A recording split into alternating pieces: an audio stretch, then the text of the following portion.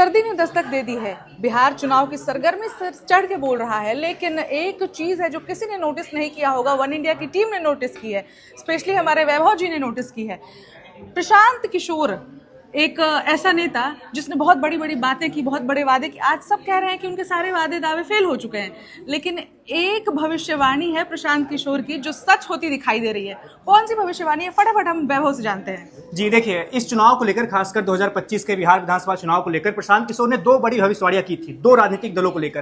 पहली बात, उन्होंने जेडीयू को लेकर कहा था कि जेडीयू 25 से ज्यादा सीटें नहीं जीत पाएगी, तो वो उनकी भविष्यवाणी गलत साबित हो रही है। जेडीयू देख रहे हैं हम 80 से ज्यादा सीटें जीतती हुई दिख रही है। दूसरी उनकी भविष्यवाणी थी आरजेडी को लेकर। पीके ने कहा था कि आरजेडी का बिहार में अब जनाधार 35 से 40 सीटों वाला ही बचा है विधानसभा में, जो कि सच साबित हो रहा है। आरजेडी अभी उसी नंबर पर जाकर रुक रही है, 35 से 40 के बीच में। अभी जो आंकड़ा है आरजेडी का वो 36 है। तो पीके ने ऐसा क्यों कहा था और इसकी वजह क्या है कि आरजेडी इतनी कम सीटों पर जीत रही है? इसके लिए हमें पिछले 10 सालों का इतिहास जानना पड़ेगा। पिछले जो 3 चुनाव हुए बिहार में, तो देखिए 2010 में बिहार में एक तरफा चुनाव हुआ था, सबको पता है। जेडीयू और बीजेपी की लहर थी, 200 से ज्यादा सीटें एनडीए ने जीती थी। उस चुनाव में आरजेडी को मिली थी सिर्फ 22 विधानसभा सीटें, 22 विधानसभा सीटें मिली थी। फिर 2015 का जो चुनाव आया, वो उस चुनाव में भी आरजेडी का ऐसा ही प्रदर्शन रहता अगर उनको जेडीयू की संजीवनी न मिलती, नीतीश कुमार उनके साथ न आते। नीतीश साथ है। 2015 के चुनाव में आरजेडी जेडीयू का गठबंधन हुआ, कांग्रेस भी थी, महागठबंधन एक नया नाम आया भारत की राजनीति में, और आरजेडी ने 80 सीटें जीती। उस जीत में भी कहा गया था कि ये जीत आरजेडी की अकेले की जीत नहीं है, इसमें जेडीयू का पीछे बहुत बड़ा हाथ है। अगर नीतीश साथ ना आए होते तो आरजेडी 80 सीटें नहीं जीत पाती। और यही चीज हुई 2020 में भी। 2020 में क्या हुआ कि जेडीयू के खिलाफ उम्मीदवार उतार दिए थे चिराग पासवान ने। 135 सीटें चिराग पासवान ने लड़ी थी, उसमें से जेडीयू को टारगेट करते हुए, जेडीयू पर निशाना साधते हुए अपने ज्यादा मजबूत उम्मीदवार उतारे, और इसकी वजह से जेडीयू 43 सीटों पर आ गई।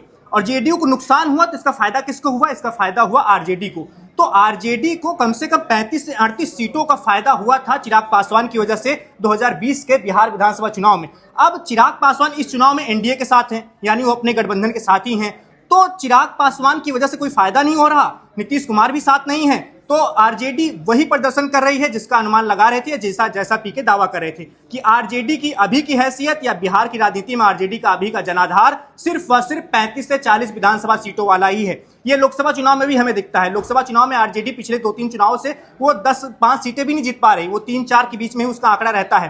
तो ऐसा ही, तो कुल मिलाकर हम ऐसा कह सकते हैं कि बिहार विधानसभा चुनाव में पीके की सारी भविष्यवाणियां गलत साबित हो रही हैं, सारे उनके दावे गलत साबित हो रहे हैं। अर्श और फर्श वाली बात उनकी जो थी वो भी दिख रही है, लेकिन एक भविष्यवाणी जो सही साबित हो रही है वो है आरजेडी को लेकर। वैभव, मुझे लगता है कि पीके की भविष्यवाणियों पर अगर हम बात, उन्होंने लिख के पेजेस में, जिस मीडिया हाउस से वो बात करते थे, कुछ तो लिख के देते थे।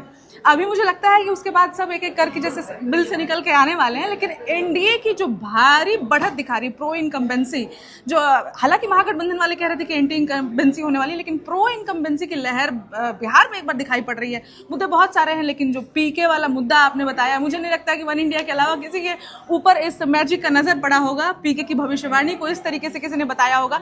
ऐसी ऐसी और मजेदार अपडेट्स हम लेकर आते रहेंगे, क्योंकि आज चुनाव का दिन है। इसलिए ये वैभव और मैं ऋचा, आप देख रहे हैं वन इंडिया हिंदी।